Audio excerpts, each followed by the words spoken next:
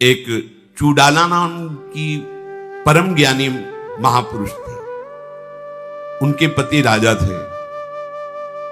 वो कोशिश करती कि इनको समझाऊं और आत्मज्ञान में स्थित करूं। तो जब वो उनको उपदेश देती तो उनके मन में आता ना कि है तो मेरी भार्या ही, तो कहते अपना ज्ञान तो अपने पास रख। और वो राजा थे। एक दिन जब रोज उपदेश दिया जाता है तो कभी न कभी तो प्रभाव पड़ता है। एक दिन उन्होंने कहा, तो तुम देख नहीं पा रहे हो, तुम्हारी यौवन अवस्था वृद्धावस्था की तरफ जा रही हो, तुम मृत्यु के नजदीक पहुंच रहे हो, ज्ञान शून्य हो, तुम्हारा जीवन धिक्कार योग्य हो जाएगा। राजन सावधान हो जाओ। इस शरीर में आसक्ति, स्त्री शरीर में आसक्ति, भोगों में आसक्ति, ये तुम्हारी दुर्गति कर देगी। हम तुम पर दया करके कह रहे हैं कि आप सावधान हो जाओ। उनको लगा कि छोड़ो राज्यपाल और वैराग्य धारण कर लो। ये प्राय रोज हमको बोलेंगी और बात भी सही है। शरीर तो नाशवान है, आज नहीं तो कल नष्ट होगा, मुझे इनकी बात मान लेनी चाहिए। अगर उनको ये बात समझ में आ जाती कि जो हमको वैराग्य प्रदान कर रही है उसी के आगे हाथ जोड़कर बैठ जाए कि अब आगे क्या करना है, तो कहीं नहीं जाना पड़ता, वहीं सब कुछ बोध प्राप्त हो जाता। क्योंकि बोध संपन्न महापुरुष थी चूडाला। अब वो छोड़ दिए राज्य। उनका नाम शिखित ध्वज था। पहाड़ों में जाके एक कुटिया बनाई, झोपड़ी कुश की, और घोर वैराग्य से रह करके भगवत चिंतन का अभ्यास करने लगे। पर अशांत चित्त रहता, बार बार मन में आता, राज्य कैसा चलता होगा, इतना मुझे प्रेम करने वाली मेरी भार्या कैसे रहती होगी, मेरे पुत्र, मेरी प्रजा में क्या होता होगा। अंदर जलन, अशांति। जब दुचित होता है तब अशांति बहुत होती है। दुचित कबहु परितोष न लाही। इधर घोर वैराग्य से रहना और अंदर से राग इस बात का। अब चूडाला जी सिद्ध पुरुष थे। उन्होंने विचार किया कि पत्नी भाव से तो समझ नहीं पाए, इनको सुख पहुंचाने के लिए इनका पूज्य भाव धारण करना पड़ेगा हमें, क्योंकि पत्नी पे पूज्य भाव नहीं होता। देखो, उत्तम बात यह है कि जहां से हमें ज्ञान मिले, जहां से हमें भगवान की प्रीता मिले, हम ये नहीं कहते कि तुम उनका चरणामृत उतारो, पर अगर वो भाई है या पत्नी है या कोई भी है, वहां मन से उसको गुरु रूप से वर्ण कर लेना चाहिए। जैसे बिलो मंगल जी ने चिंतामणि को गुरु रूप से वर्ण किया कि अगर चिंतामणि ने सदुपदेश न किया होता, हमारे साथ कटु व्यवहार न किया होता, तो आज मैं श्री कृष्ण प्रेम को नहीं प्राप्त होता। पर प्राय होता है नजदीक के संबंधों में ऐसी पूज्य भावना नहीं बन पाती है। बड़ा उपदेश करती है तो पत्नी ना, ये भाव नहीं होना चाहिए। अगर ठीक उपदेश मिल रहा है तो मेरे भगवान इस रूप में आकर उपदेश कर रहे, मेरे गुरुदेव भगवान यहां से बोल रहे, ऐसा भाव रखना चाहिए। अब वो विचार करके एक सुंदर ऋषि रूप धारण किया और आकाश मार्ग से उनके सामने से उतरी। जिसको वास्तविक ब्रह्म बोध हो जाता है, सारी सिद्धियां हाथ जोड़कर उसकी सेवा में खड़ी होती है। जैसे श्रीमद राधा सुधानिधि में श्री राधा किंकरी नाम लुठति चरणयूर अद्भुता सिद्धि कोटि। राधा दासियों के चरणों में करोड़ों अद्भुत सिद्धियां लौटती रहती हैं। आकाश, अब ये क्यों दिखाया? क्योंकि श्रद्धा बनेगी ना। आकाश मार्ग से ऋषि वेश में उन्हीं की पत्नी चूडाला उतरी, उनके साथ हाथ जोड़कर खड़े हो गए, अर्घ दिया, साष्टांग दंडवत की और कुशासन दिया और कहा, हमें आपको देखकर ही इतना आनंद हो रहा है कि आज हमारे भाग्य खुल गए। मेरा हृदय जल रहा था वैराग्य में रहने पर भी, पर आपके दर्शन से अद्भुत आनंद। हे ऋषिवर, आप हमारा अर्घपाद स्वीकार करके विराजमान होइए। चूडाला ने कहा, राजन, जो ऋषि रूप में है, हमें प्रेरणा हुई कि मैं आपको कुछ बोलूं कि आपकी श्रद्धा हमारे पर है। क्योंकि प्रथम हृदय श्रद्धा जो करे, बिना श्रद्धा के उपदेश ठीक नहीं रहता। ऊषर में बीज बो देने के समान है। आरत अधिकारी जब पावें गूढ़ तत्व न साधु दुरावें। चूडाला ने कहा, राजन, तुमने अभी सर्व त्याग नहीं किया, इसलिए तुम्हारे हृदय में शांति नहीं और ना कभी हो सकती है। बात पकड़ लीजिए। तो उन्होंने कहा सर्व त्याग आप कैसे कह सकते हैं कि मैंने नहीं किया? अपने राज्य का त्याग किया, अपने बंधु बांधवों का त्याग किया, अपनी प्रिय भार्या का त्याग किया, पुत्रों का त्याग किया, राज सुखों का त्याग किया, और आप कैसे कह रहे हैं कि आपने सर्व त्याग नहीं किया? तो राजन, आप विचारवान हैं, विचार करके देखिए। राज्य आपका है, आपने रचना की है राज्य की, प्रजा आपने बनाई है? नहीं। धन आपने पैदा किया है? नहीं। ये शरीर आपने बनाया है? नहीं। फिर आपका था क्या जो आपने त्याग किया?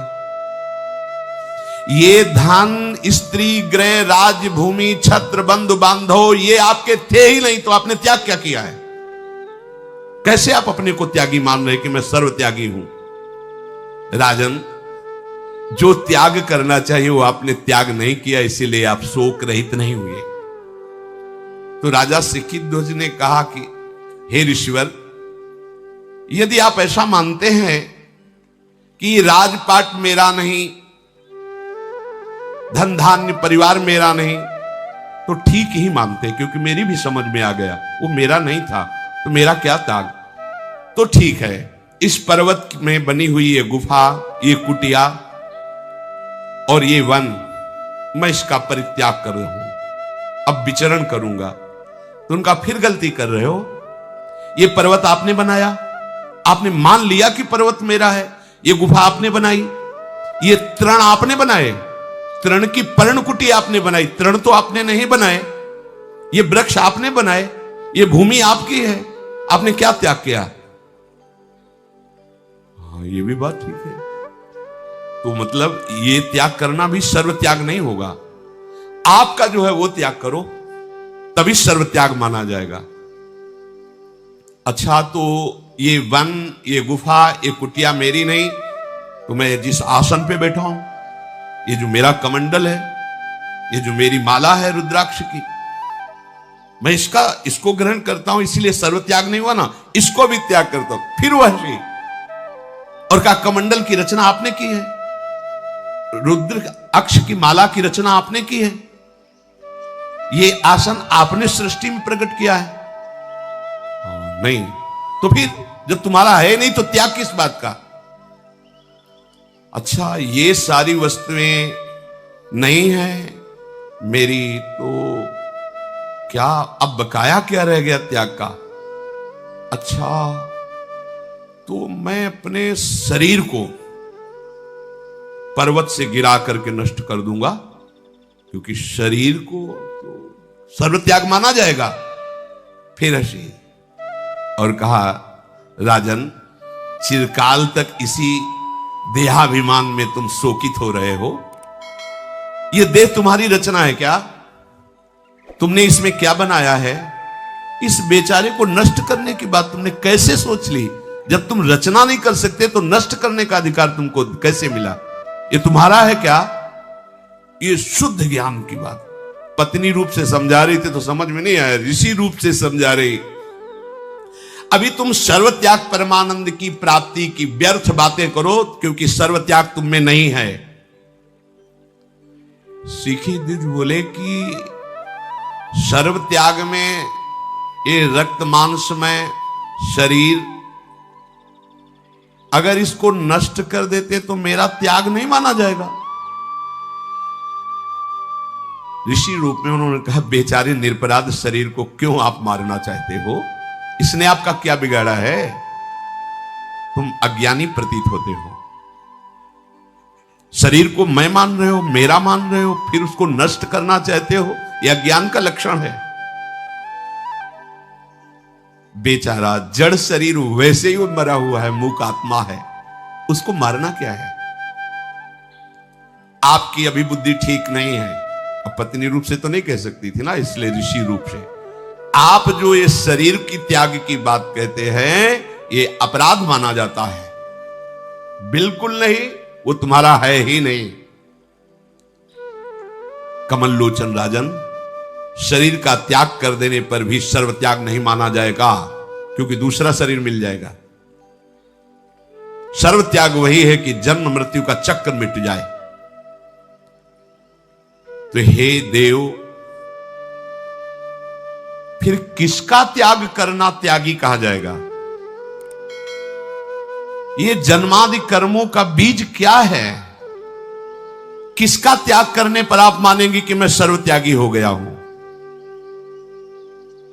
उन्होंने कहा, साधु स्वभाव नरेश, इस शरीर का, राज्य का या कुटिया का, धन संपत्ति का त्याग वास्तविक त्याग नहीं है, क्योंकि वो आपका है ही नहीं।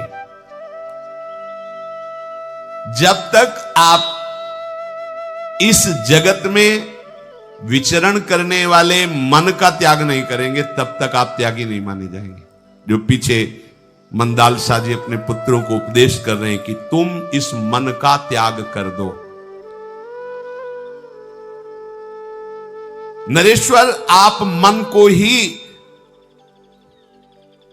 संपूर्ण पापों की जड़ और जन्म मरण की जड़ और सबसे बड़ी संपत्ति, यही रचना करता रहता है।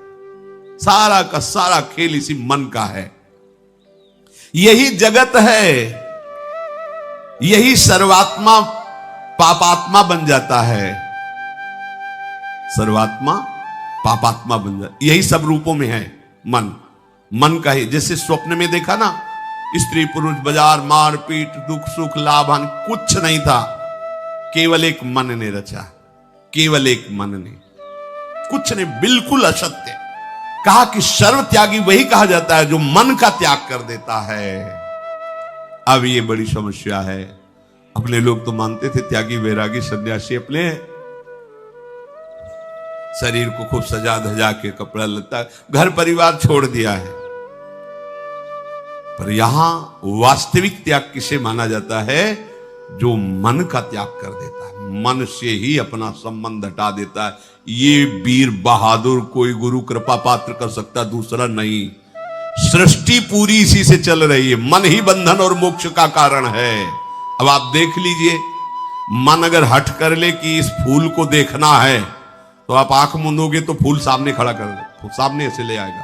उसको आंख मूंदने से कोई मतलब नहीं, बहुत बहुत प्रवीण है, पूरी पिक्चर सामने खड़ी कर देगा और इतना व्याकुल कर देगा आपको कि वहीं ले जाएगा, वही करवाएगा। और वैसे ही चराचर जगत को फांसे हुए एक मन।